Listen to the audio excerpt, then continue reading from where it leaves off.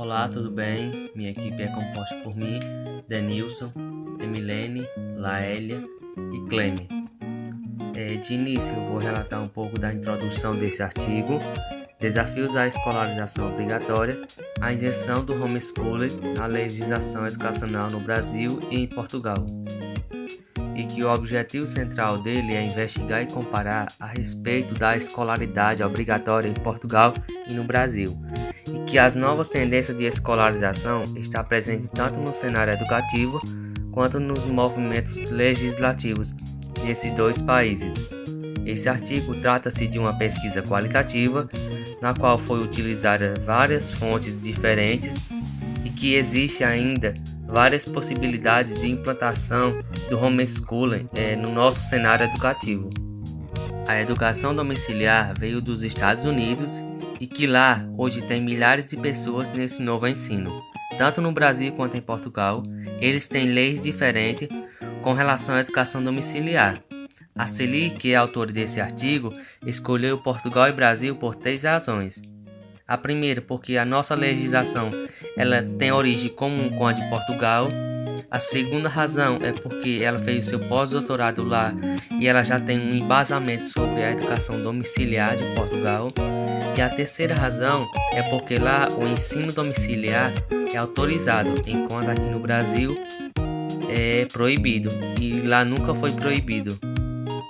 Então, a educação domiciliar foi proibida porque a escola foi considerada obrigatória, ou seja, a partir da Constituição de 1934 em diante começa a se falar de frequência obrigatória nas constituições. E em 1988 é decretado a escolaridade obrigatória. Em Portugal, sempre nas constituições ficou a possibilidade da família decidir sobre a educação do seu filho, e que até hoje em Portugal tem crianças sobre essa modalidade de educação domiciliar. Com relação às concepções de educação na casa e na escola, pude ver que tem grandes mudanças a respeito das inovações das tecnologias e que isso vem ocorrendo desde as últimas décadas do século XX. Então, vem mudando alguns aspectos da sociedade contemporânea, entre eles o acesso à velocidade e aos conhecimentos, e que essas novas tecnologias na educação ela vem possibilitando a escola e a escolarização a ajudar a romper a obrigatoriedade da escolarização formal. Então, desde isso, começa a se constituir aqueles movimentos de maneiras mais simples. Voltou a se pensar a educação no espaço doméstico. Assim, essa educação realizada no ambiente doméstico passa a ser chamada de educação em casa. Escolaridade em casa, educação doméstica, ensino doméstico, educação domiciliar, ensino domiciliar ou homeschooling, que nos Estados Unidos da América passou a ser chamado essa nova possibilidade de educação. Então, o homeschooling é a palavra mais utilizada para essa modalidade de educação no ambiente doméstico, passa por processos de escolaridade que acontecem nos espaços privados sob a responsabilidade da família sem a intervenção do Estado. Além disso, o homeschooling, no modelo americano, de maneira geral, refere-se a uma ideia mais abrangente do que apenas ensinar conteúdos. Então, começa a se pensar em projetos de lei sobre esta modalidade de educação em países de língua portuguesa, que são o Brasil e Portugal, e que são apresentados aos parlamentos brasileiros emendas no texto com o tema Ensino Domiciliar e Educação Domiciliar. No caso português, o Decreto-Lei número 553, de 21 de novembro de 1980, define o ensino individual, que é ministrado por professor diplomado a um único aluno, fora de estabelecimentos de ensino, e que se alunos podem ser ensinados por um da família ou qualquer um que conviva com ele, juntos. Concepções de educação na casa e na escola. Com a chegada dos homeschooling, por meio das famílias vindas da América do Norte ou influenciadores pelo modelo americano, surge uma discussão no país sobre as possibilidades legais de ensinar na casa, tendo em vista o que prevê na Constituição Federal de 1988 o Estatuto da Criança e do Adolescente, dentre outras legislações que determinam a frequência obrigatória à escola. E o primeiro movimento dessas famílias foi buscar na legislação o que era estabelecido de modo geral para a educação e o que era prerrogativa somente para a educação escolar ou escolarização. Ao haver uma revisada na legislação vigente no Brasil, foi observado que educação e escola são empregadas como sinônimas, ou seja, a educação passou a ser uma prerrogativa unicamente na escola. A educação formal passa a ser um processo entendido como de exclusivamente na escola. Embora a educação e a escola sejam palavras relacionadas, seus conceitos são diferenciados, não somente pela origem temporal que os separa, mas porque um é considerado infinitamente mais abrangente do que o outro, sendo a educação o objetivo principal da escola. Além disso, a educação caracteriza-se por ter estado nas sociedades desde os tempos mais remotos. Quando os processos educativos tornaram-se mais complexos, criaram-se locais, liceus ou colégios, cada um com suas especificidades. Podemos pressupor 3 momentos da gênese do conceito moderno de educação. O primeiro, em que o conceito de educação está vinculado de qualquer espaço formal destinado exclusivamente a este fim. O segundo, em que se relaciona inconstentavelmente à escola, atribuindo-se a alcunha de informal quando se desvincula dela, ou seja, a educação só é formal quando é realizada na escola. E o momento atual, em que a educação começa a ser pensada de maneira desvinculada da escola, sem perder a formalidade que lhe é conferida como idealizadora dos processos de ensinar e aprender. O momento de associação da educação à escola consolidou o modelo hemogênico do século XX, que atendia perfeitamente às necessidades da industrialização vigente, do capitalismo emergente e da modernização das sociedades, com as múltiplas criações e invenções do último século. Uma vez consolidada a estreita ligação entre educação e escola, os processos de ensinamento e aprendizagem passaram a ser sua exclusiva competência, utilizando-se para isto planos, métodos, recursos e procedimentos mais adequados à sua formação coletiva por grupos e idades. Possibilidades de homeschooling na legislação no Brasil e em Portugal. Na maior parte dos países ocidentais, o século XIX marca o início da escolaridade obrigatória, aliada à estruturação e organização dos sistemas de ensino sob o domínio do Estado, que, interferindo na educação, vai progressivamente tornando-se o condutor das políticas educacionais. A educação, por sua vez, torna-se uma atividade exclusiva da escola, que dividia com a família apenas os aspectos formativos, responsabilizando-se integralmente pelos aspectos instrutivos. Tal processo tem o seu ápice no século XX, quando em alguns países é consagrada a escolaridade obrigatória e o Estado, direta ou indiretamente, torna-se o mantenedor e o regulador, respectivamente, da rede pública e privada de escolarização. Neste caso, encontra-se o Brasil, onde, a partir da Constituição Federal de 1934, a escolaridade obrigatória pode ser entendida como decretada para todos os cidadãos, ainda que apenas a escolaridade primária. Embora a palavra escola ou escolarização obrigatória não conste do texto da Constituição de 1934, a obrigatoriedade da escola fica subentendida quanto à frequência passou a ser exigida. Várias tentativas de implementar uma legislação sobre o homeschooling no Brasil não foram adiante. O deputado Henrique Afonso e Miguel Martins propuseram o acréscimo de um parágrafo único no artigo 81 da Lei 9.394 de 96, dispondo sobre o ensino domiciliar.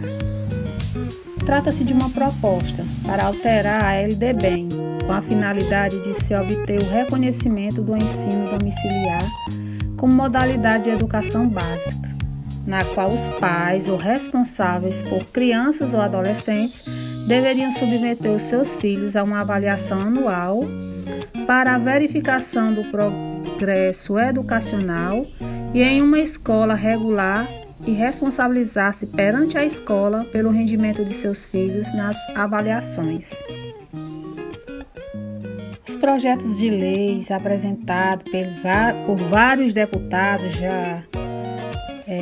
no decorrer dos anos constitui exemplo significativo dos rumos e entendimentos que o homeschooling adquire no Brasil. As justificativas demonstram ainda a sensibilização do poder legislativo a esta prática, buscando sua legitimidade. O que chama a atenção, contudo, é o fato de os parlamentares exporem em seus pareceres, de maneira tão realista, a situação da educação e das escolas brasileiras, utilizando como principal argumento para legitimar a educação na casa a má qualidade das escolas públicas existentes. Então, a opção de não ter os filhos matriculados nas escolas públicas ou privadas no Brasil continua sendo uma matéria não regulamentada, que não encontra possibilidades no texto da legislação vigente, mas a sua realização, quando pleiteada, baseia-se em omissões, lacunas ou interpretações diversas, mas afeitas a experiências educacionais permitidas ou possibilidade de certificação de estudos supletivos presentes nas leis educacionais. No que se refere a Portugal, a Constituição da República Portuguesa, que entra em vigor no dia 25 de abril de 1976, na 7ª revisão constitucional, datada de 2005, em seu artigo 43, intitulado Liberdade de Aprender e Ensinar, assegura que é garantida a liberdade de aprender e ensinar, que o Estado não pode programar a educação e a cultura segundo quaisquer diretrizes filosóficas, estéticas, políticas, ideológicas, religiosas, que o ensino público não será convencional e que é garantido o direito de criação das escolas particulares e cooperativas.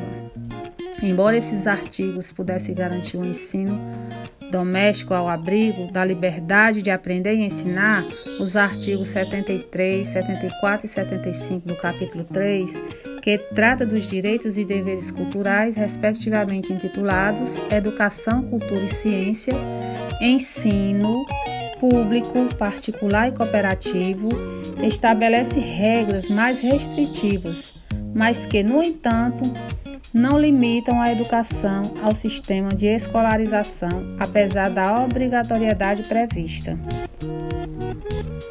Com efeito, até adiantado no século XX, a legislação portuguesa admitiu o ensino individual ou doméstico, como se pode constatar na Lei 2033, de 27 de junho de 1948, que intitulava: o ensino particular pode ser ministrado individualmente, o ensino doméstico ministrado individualmente ou no domicílio, por parentes até de 3º grau, ou por pessoas que vivam na mesma economia familiar.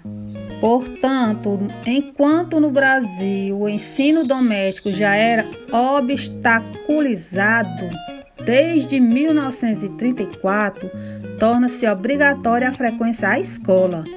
Em Portugal, esta prática permanece ainda regulamentada para além da Constituição da República Portuguesa.